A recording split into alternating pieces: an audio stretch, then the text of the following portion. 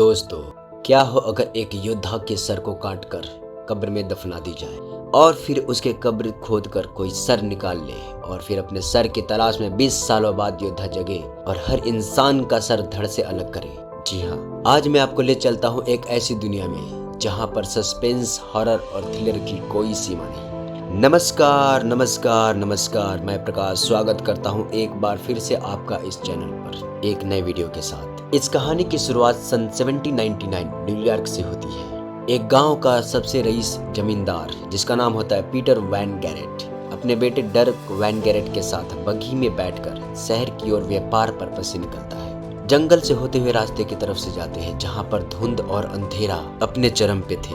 Peter अंदर बैठा हुआ था जबकि डर्क बग्घी चला रहा होता है। अचानक पीटर को कुछ घोड़ों की आवाज सुनाई देती है और तलवारों की आवाज सुनाई देती है। पीटर हिम्मत करके बाहर निकलकर देखता है और वो जो देखता है वो देखकर उसका कलेजा मुंह को निकल जाता है। वो देखता है कि उसका बेटा डर्क वैन गैरेट, जिसका सर नहीं होता है, सर कटकर अलग हो गया होता है और रथ चला रहा होता है। वो जान बचाने के लिए बग्घी से कूद पड़ता है और खेतों की तरफ भागने लगता है। भागते भागते आखिर उसे एक स्केयरक्रो दिखता है जिसे देखकर वो डर जाता है। उसे कुछ अंदेशा होता है। वो जैसे ही पीछे पलटता है अगला वार उसके सर पे होता है और उसका सर भी धड़ से अलग हो जाता है। फिर हमें दिखाया जाता है न्यूयॉर्क शहर में इकाबोन क्रेन, जो कि एक पुलिस कांस्टेबल था, जो कि एक फॉरेंसिक इन्वेस्टिगेटर होता है। उसे एक पानी में तैरती हुई लाश मिलती है। वो कुछ लोगों को बुलाता है और उसे हॉस्पिटल में लेकर जाता है। वो कुछ लोगों को बुलाता है और अपने लैब में ले जाकर चेक करने लगता है। इसी के जुर्म में न्यूयॉर्क की अदालत उसे कोर्ट में पेश करती है।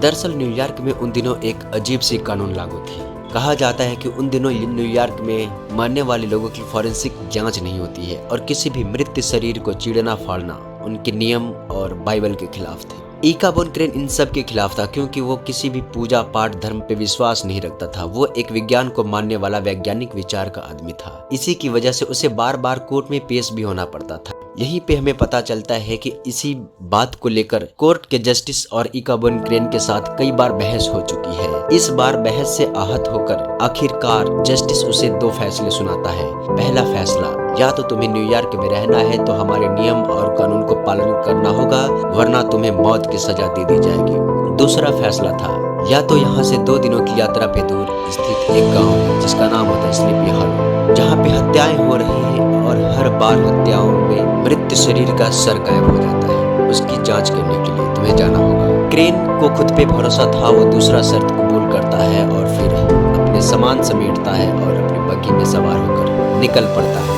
स्लीपी हॉलो की तरफ। जंगलों से होते हुए, अंधेरों से होते हुए 2 दिनों की यात्रा पूरी करने के बाद आखिरकार स्लीपी हॉलो में पहुंच जाता है। वहां पे जाने के बाद जो नजारा देखता है वो उसकी समझ से परे होता है। स्लीपी हॉलो में दिन में भी अंधेरा और धुंध छाया रहता था। चारों तरफ मातम छाया हुआ है।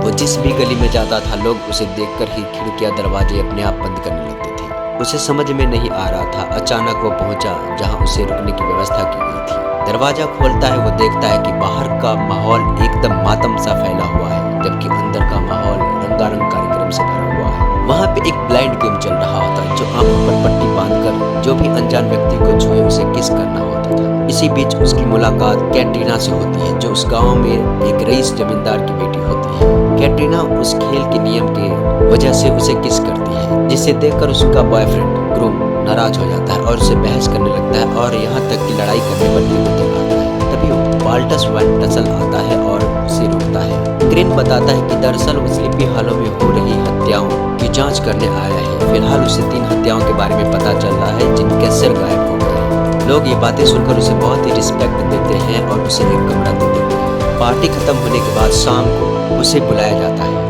जहाँ पे स्लीपी हॉलो का चर्च का पादरी वाल्टस वैन टसल लॉयर और मजिस्ट्रेट होता है। क्रेन कहता है कि दरअसल ये जो हत्याएं हो रही है वो किसी समझदार और किसी बहुत ही क्रूर आदमी की चाल है। तभी लॉयर बताता है कि दरअसल ऐसा नहीं है।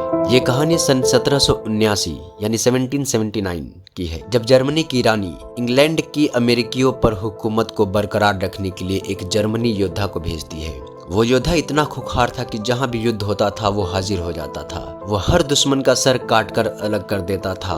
यहाँ तक कि उसने अपने दांतों को इतना नुकीला बना लिया था कि जिसे भी वो काटता उसकी मौत हो जाती थी। एक दिन वो योद्धा अमेरिकी सैनिकों के हत्थे चढ़ जाता है और उसके घोड़े को मार दिया जाता है। वो भागता हुआ जंगल में जाता है और अपनी जान बचाने के लिए छुपने लगता है। तभी उसे दो छोटी बच्चियां दिखाई देती हैं जो लकड़ियां इकट्ठा कर रही होती है। वो बच्चों को डराता है और धमकी देता है। तभी एक बच्ची लकड़ी को तोड़ देती है। लकड़ी की टूटने की आवाज सुनकर अमेरिकी सैनिक उसके तरफ आ जाते हैं और उसे पकड़कर मारने लगते हैं और आखिरकार उसका भी सर काटकर उसे एक पेड़ के नीचे दफन कर देते हैं। कहा जाता है कि आज 20 सालों बाद जब भी वो योद्धा बाहर निकलता है तो अपने सर की तलाश में हर एक सर को धड़ से अलग कर देता है। ये कहानी इतनी भयानक होती है कि क्रेन अपने हाथों में चाय पकड़े हुए कांपने लगता है। उसकी चाय गिरने वाली होती है, तभी उसे चाय रखने के लिए कहा जाता है। अगले दिन दिखाया जाता है कि उस गांव का एक सिपाही जिसका नाम होता है जोनाथन मैसबेथ, वो गांव की पहरेदारी में होता है और वो वेट कर रहा होता है कि जब भी वो घुड़सवार योद्धा आएगा वो उसे मारेगा।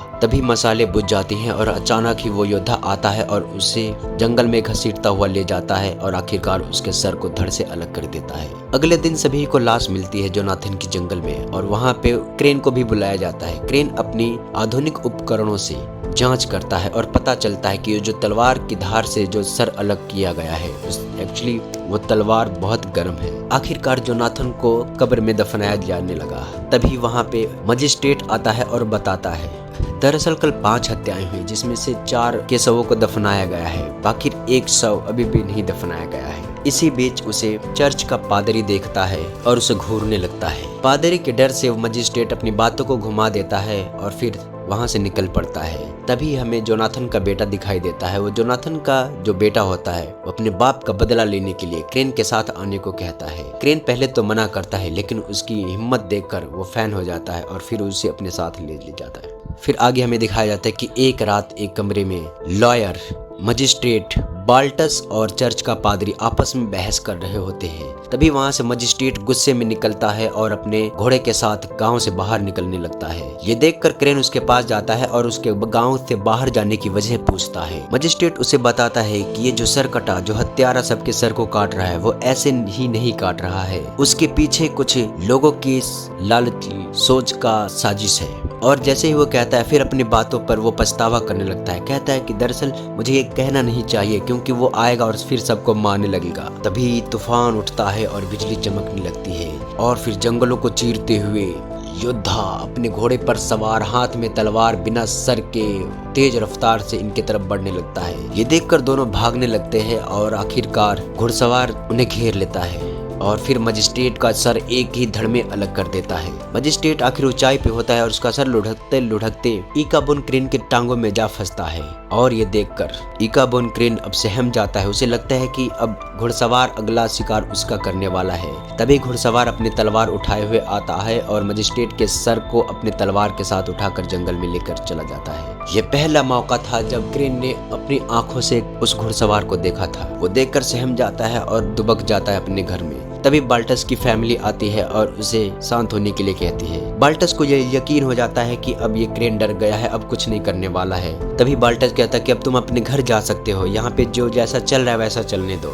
ये सुनकर क्रेन का विचार बदल जाता है और क्रेन कहता है कि मैं जा रहा हूँ जंगल में उसे तलाश करने, अगर कोई मेरे साथ आना चाहे तो आ सकता है। उसका कोई साथ नहीं देने वाला था लेकिन छोटा मैसबेथ उसके साथ हो जाता है। अपने छोटे फ्रेंड को लेकर वो जंगल में पहुंचता है जहां उसे गुफा दिखाई देती है। गुफा में जाने के बाद वो देखता है कि एक चुड़ैल है जो कुछ तंत्र विद्या कर रही है। वो चुड़ैल से पूछता है कि उसे सरकटे के बारे में यानी उस योद्धा के बारे में जानना है। वो बताते हैं कि इसी जंगल में एक मौत का पेड़ है। मौत का पेड़ ही एक द्वार है जो उसे दूसरी दुनिया से जोड़ता है, वहाँ जाना होगा। वहाँ से पता पूछने के बाद वो जंगल में पहुंच जाते हैं। तभी वो देखते हैं कि पीछे से कोई आ रहा है। वो अपनी बंदूक निकालता है उसे मारने के लिए। तभी वो देखता है कि वो कोई और नहीं बल्कि कैटरीना होती है जो उसकी रक्षा करने के लिए वो पीछे पीछे चली आती है। दरअसल कैटरीना को भी उससे प्यार हो जाता है। वो मौत के पेड़ को खोजने के लिए आगे निकल पड़ते हैं। तभी उन्हें मौत का पेड़ दिखाई देता है। मौत के पेड़ के पास जाकर क्रेन पेड़ की छाल को छूता है और छूते ही उसके हाथों में ब्लड लग जाता है। वो कहता है ये खून है। वो अपनी कुल्हाड़ी निकालता है और उत्सुकता से पेड़ के तने को काटने लगता है। वो जैसे जैसे तने को काटता जाता है तने से ब्लड निकलता है, उसके ऊपर पड़ने लगता है।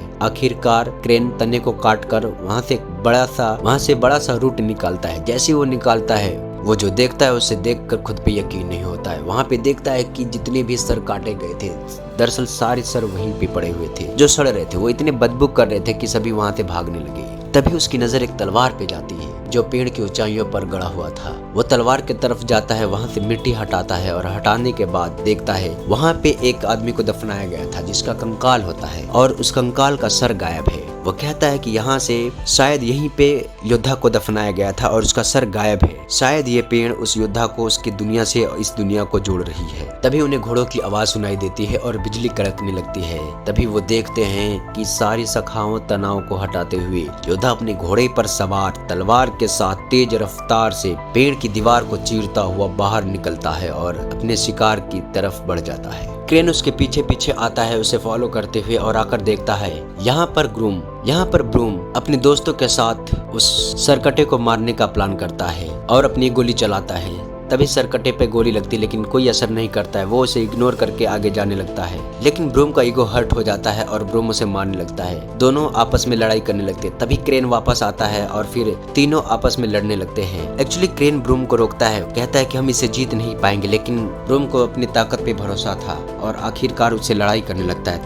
तभी सरकटा उस पे जोरदार वार करता है और उसे 2 भागों में बांट देता है। यहीं पे क्रेन भी घायल हो जाता है और सरकटा वहाँ से निकल पड़ता है। यहाँ से सरकटा आगे एक घर में जाता है जहाँ पे एक फैमिली होती है जो अपने बच्चे के साथ सोने का प्लान करते हैं। तभी उन्हें बाहर से दरवाजा टूटने की आवाज सुनाई देती है और वो सरकटा आता है और पहले उस बच्चे के पिता को मारता है, फिर उस मॉम को मारता है और फिर उस बच्चे को खोजकर भी मार देता है। वहाँ से क्रेन अपने घर में आता है और घर में जैसे ही वो खड़ा होता है एक कॉकरोच को देखकर डर जाता है। छोटा मैसबत कॉकरोच को भगाने के लिए जैसे ही चारपाई हटाता है वहाँ पे देखता है कि एक एविल आइज बनाया गया होता है। मैसबत बताता है कि दरअसल ये आइज किसी को जादू टोना की सहायता से मारने के लिए बनाया जाता है। वो दोनों सोचने लगते हैं आखिर ऐसा कौन कर सकता है। तभी वो कुछ लेटर्स देखने लगते हैं, फिर उसे एक आइडिया आता है और फिर वो छोटे मैसबत को लेकर क्रेन पहुंच जाता है स्लीपी हॉलो के सरकारी दफ्तर में। वहाँ पे पहले से ही लॉयर बैठा हुआ होता है। लॉयर से पूछताछ करने पे लॉयर बताने से मना करता है। अपने पिता के बैग को देखता है, वो पहचान जाता है। बैग को जाकर जब खोलता है तो वो उसे एक लेटर मिलता है। दरअसल वो कोई लेटर नहीं था बल्कि वो एक वसीयत था। क्रेन के पूछने पे लॉयर बताता है कि ये जो वसीयत है वो पीटर वैन गैरेट की वसीयत है और एक विधवा विंसिप थी जिसे पीटर वैन गैरेट ने चुपके से शादी कर लिया था और अपनी सारी वसीयत विंसिप और उसके पेट में पल रहे बेटे के नाम कर दिया था। ये देखकर कहानी कुछ और मोड़ लेती है और उसे क्रेन को कुछ क्लू मिलता है। तभी चर्च का पादरी अनाउंसमेंट करता है और सभी गांव वालों को चर्च में बुलाने लगता है क्योंकि अब वो वक्त हो चुका था जब घुड़सवार एक बार फिर गांव में एंट्री करने वाला था। इसी बीच इकाबोन, क्रेन और मैसबेथ भी चर्च में घुस जाते हैं। तभी देखते हैं कि वो घुड़सवार आ रहा है।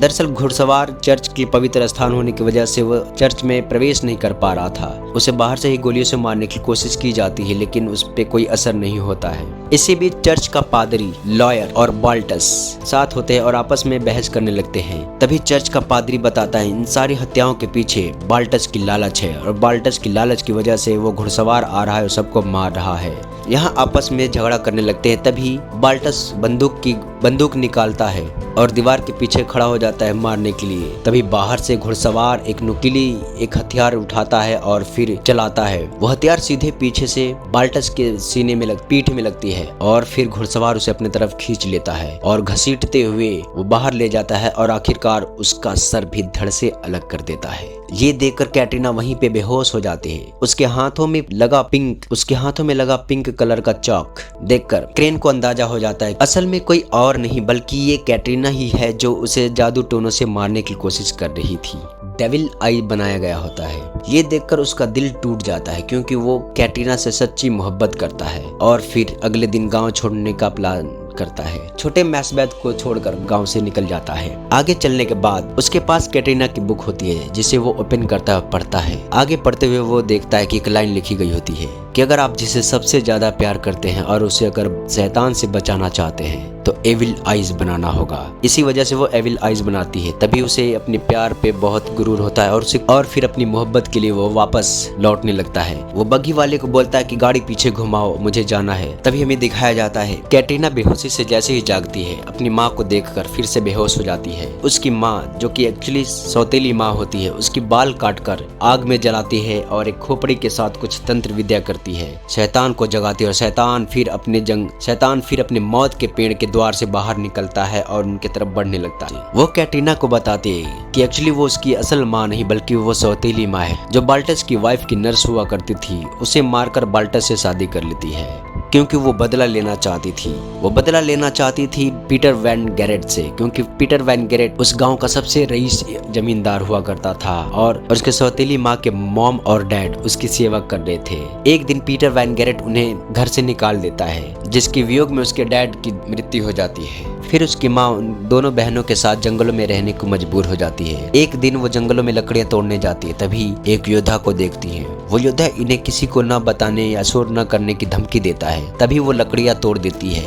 लकड़ियां की आवाज सुनकर अमेरिकी सैनिक आते हैं और उस योद्धा को पकड़ लेते हैं और फिर उसका सर धड़ से अलग कर देते हैं और उसे एक पेड़ के नीचे दफना देते हैं। तभी मैं जाती हूँ और उसके कब्र को खोदकर उसके सर को बाहर निकाल लाती हूँ और फिर 20 सालों बाद उसे जगाती हूँ, उन सबको खत्म करने के लिए जो पीटर वैन गैरेट की वसीयत के पीछे पड़े थे। सबसे पहले उन दोनों बेटे और बाप को मरवाया, उसके बाद विधवा विंसिप को मरवाया, जिसे चुपके से वैन गैरेट ने उससे शादी कर लिया था। उसके पेट में पल रहा बच्चा जो वसीयत का असली हकदार था उसे भी मरवा दिया। उस शादी के जो भी गवाह थे उन सबको एक एक करके मरवा दिया, यहाँ तक कि जोनाथन बेसमेथ को भी उसने ही मरवा दिया। ये सुनकर छोटा बेसमेथ और कैटरीना वहां से अपनी जान बचाने के लिए भागने लगते हैं। तभी घुड़सवार पवन चक्की के पास पहुंच जाता है और उससे पहले क्रेन भी उनके पास पहुंच जाता है और तभी क्रेन सबको लेकर पवन चक्की में पहुंच जाता है और दरवाजे को बहुत ही मजबूती से बंद कर देता है। उसे पता होता है कि ये सरकटा रुकने वाला नहीं है। वो सबको ऊपर चढ़ने के लिए कहता है, सब ऊपर चढ़ने लगते हैं, लेकिन सरकटे के पास अदम्य शक्ति थी। वो दरवाजे को एक ही वार में तोड़ देता है और फिर घुसने लगता है। अंदर जाने के बाद वो भी चढ़ने लगता है। ये तीनों ऊपर तब तक पहुंच जाते हैं और ऊपर पहुंचने के बाद एक जलता हुआ लालटेन नीचे फेंक देता है, जिससे चारों तरफ आग पकड़ लेता है और वो ऊपर से तीनों निकल जाते हैं। आग की लपटों में पवन चक्की टूट कर गिरने लगती है और पूरा पवन चक्की देखते ही देखते ढह जाता है, लेकिन सरकटा सही सलामत बाहर निकलता है और फिर इनको जिसे देखकर तीनों भागने लगते हैं। आखिरकार भागते भागते उसी जंगल में पहुंचते हैं जहां पे मौत का पेड़ होता है। वहां पहुंचने के बाद कैटरीना की सौतेली माँ क्रेन को मारती है। क्रेन जमीन पे गिर जाता है और उसकी माँ कैटरीना को लेकर घोड़े पर जाने ही वाली थी, क्योंकि जैसे ही सरकटा कैटरीना को मारता ये सारी वसीयत उसके सौतीली माँ के नाम हो जाता। तभी क्रेन जागता है और उसकी सौतीली माँ को पकड़कर नीचे खींच देता है। इतने में ही सरकटा आ जाता है और सरकटा कैटरीना को उठाकर अपनी तलवार उठाता है। जैसे वो काटने की कोशिश करता है तभी क्रेन नीचे पड़ी खोपड़ी उठाता है और उस सरकटे को आवाज देकर उसकी खोपड़ी उसके तरफ फेंक देता है। जैसे ही वो सरकटा खोपड़ी पकड़ता है और अपने सर के पास लगाता है, अचानक उसका सर और उसका आकार बदलने लगता है और फिर देखते ही देखते कुछ ही समय में वो अपने पुराने रूप में आ जाता है, जो पहले अपने खुखार रूप में हुआ करता था। तभी उसके पीछे से उसका घोड़ा आ जाता है, जिसे देखकर वो सब कुछ समझ जाता है। दरअसल उसे काबू किया जा रहा था किसी इंसान के द्वारा। वो देखते ही देखते सब कुछ समझ जाता है और फिर अपने घोड़े पर चढ़ता है और आखिरकार कैटरीना की सौतेली माँ को अपने पास लेता है और उसे एक जोरदार खूनी किस करता है और फिर उसे लेकर अपनी दुनिया में चला जाता है। इसके साथ ही स्लीपी हॉलो से वो हमेशा के लिए सरकटे का श्राप और आतंक खत्म हो जाता है। गांव में पहली बार रोशनी खिलती है। सुबह की चिड़िया और जानवर बाहर निकलने लगते हैं और फिर क्रेन और कैटरीना की मोहब्बत उस गांव को सरकटे के आतंक से आजाद कर देती है। क्रेन और कैटरीना भी मिल जाते हैं और क्रेन कैटरीना को न्यूयॉर्क शहर में लाता है और इसके साथ ही इस कहानी का अंत होता है। आप देख रहे थे sleepy hollow, voice over by Prakash Raj. अगर आपको ये कहानी अच्छी लगी तो लाइक और सब्सक्राइब करें हमारे इस चैनल को।